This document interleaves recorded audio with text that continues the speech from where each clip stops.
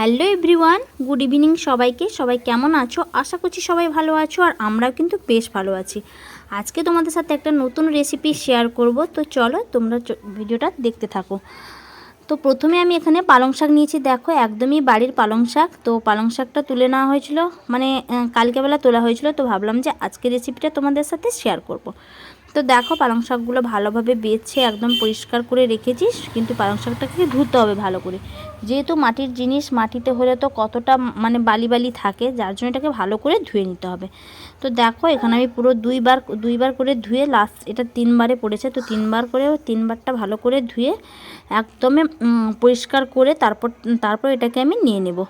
তো আর কড়াই ধুচ্ছি, তার কারণ কড়াইতে এখন রান্না করব। 2বার ধুয়ে নিয়েছি, তো তিনবারে শেষ করব ভাবছি, তো তার জন্য আমি কড়াইতে নিয়ে নিয়েছি। তো ধুয়ে একটা থালার মধ্যে রেখে দিচ্ছি। আমি পালং শাকটাকে ধুয়ে ভালো করে একটা থালার মধ্যে রেখে দিচ্ছি।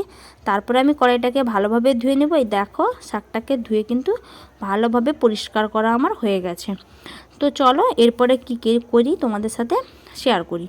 তো প্রথমে আমি গ্যাসটাকে অন করে দিয়েছি, তারপরে ভালো করে কড়াইটাকে ধুয়ে হালকা অল্প একটু জল নিয়ে নিয়েছি কড়াতে।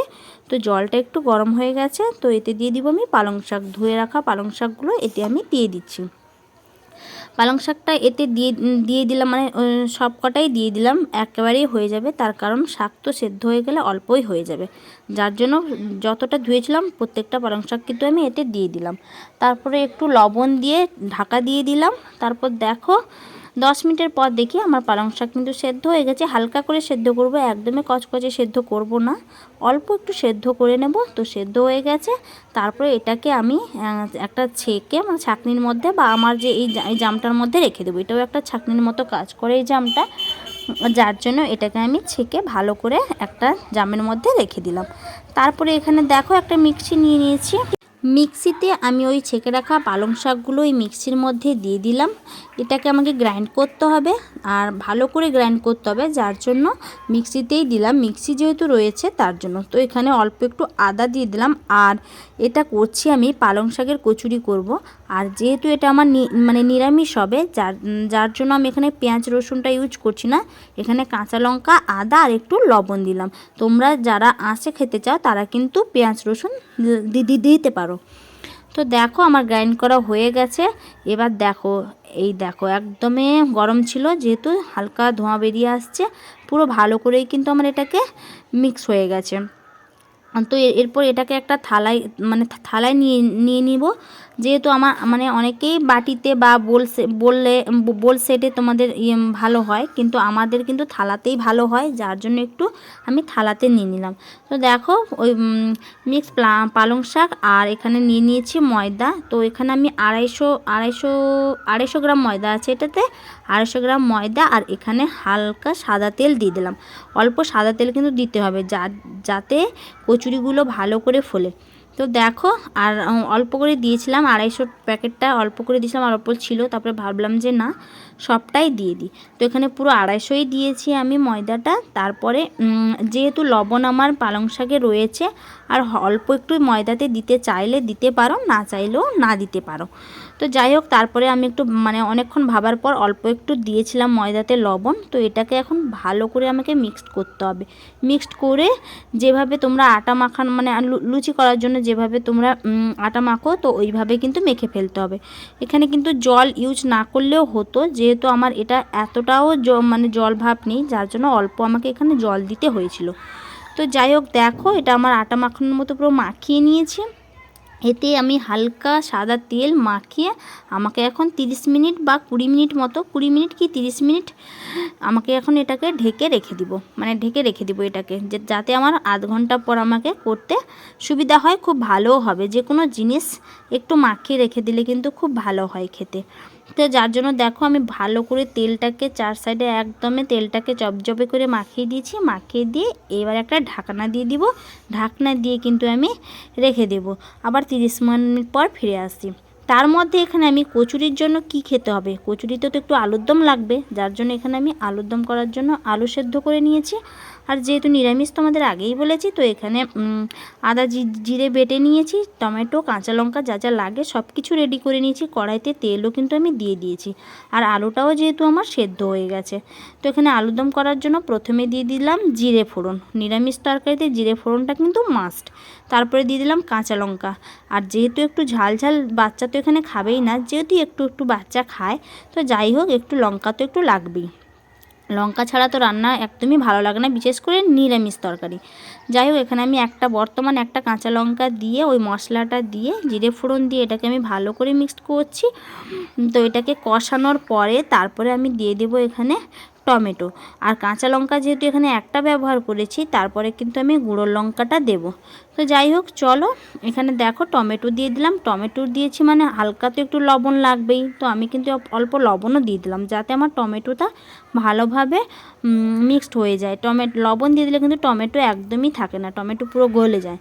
তো দেখো একদমই ভালোভাবে মশলা হয়ে গেছে আমার, দেখেই বুঝতে পারছো কতটা মশলা হয়ে গেছে।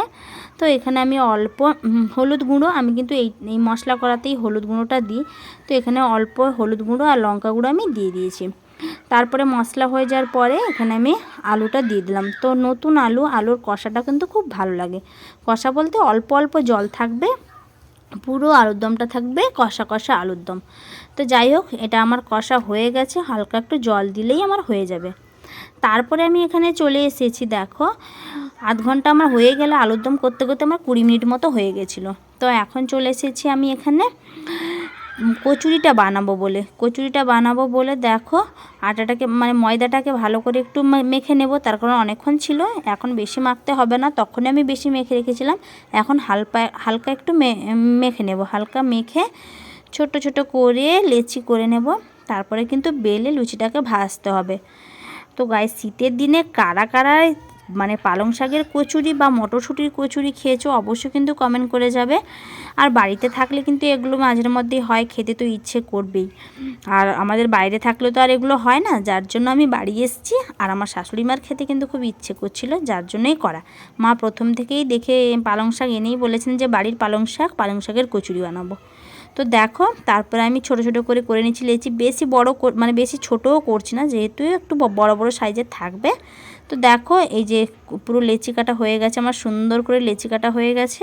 তো এটাকে এখন আমি হালকা তেল দিয়ে বেলে নেব, একটা একটা করে বেলবো, কারণ এখানে আমি একাই করছি, যেহেতু এখানে তো আমাকে হেল্প করার মতো কেউ নেই আমার কাছে, আমি একাই করছি। আর মা বাচ্চাদেরকে একটু সামলাচ্ছেন, যার জন্য আমাকে একাই করতে হচ্ছে।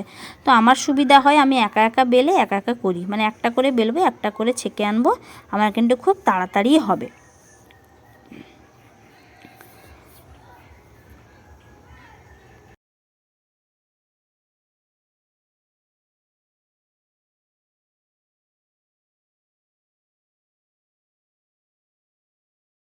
তো দেখো এখানে কচুরিটাকে সুন্দরভাবে বেলে নিয়েছি। এবার একটা কড়াই বসিয়ে দেব, কড়াইটা ভালো করে গরম হয়ে গেছে, এতে দিয়ে দেবো কিছু সাদা তেল। তারপরে আমি কচুরিটাকে আস্তে আস্তে করে এক একটা করে দিয়ে ভেজে আনবো। তো দেখো প্রথমে একটা দিয়ে দিলাম, তো প্রথমেরটা একদমই ভালো হয়েছিল না, তো ভাবলাম যে ভালো হবে না, একদমই না, তো খুব সুন্দরভাবে ফুলেছে। দেখো এরকম করে সব কটা কচুরি আমি ভেজে আনবো।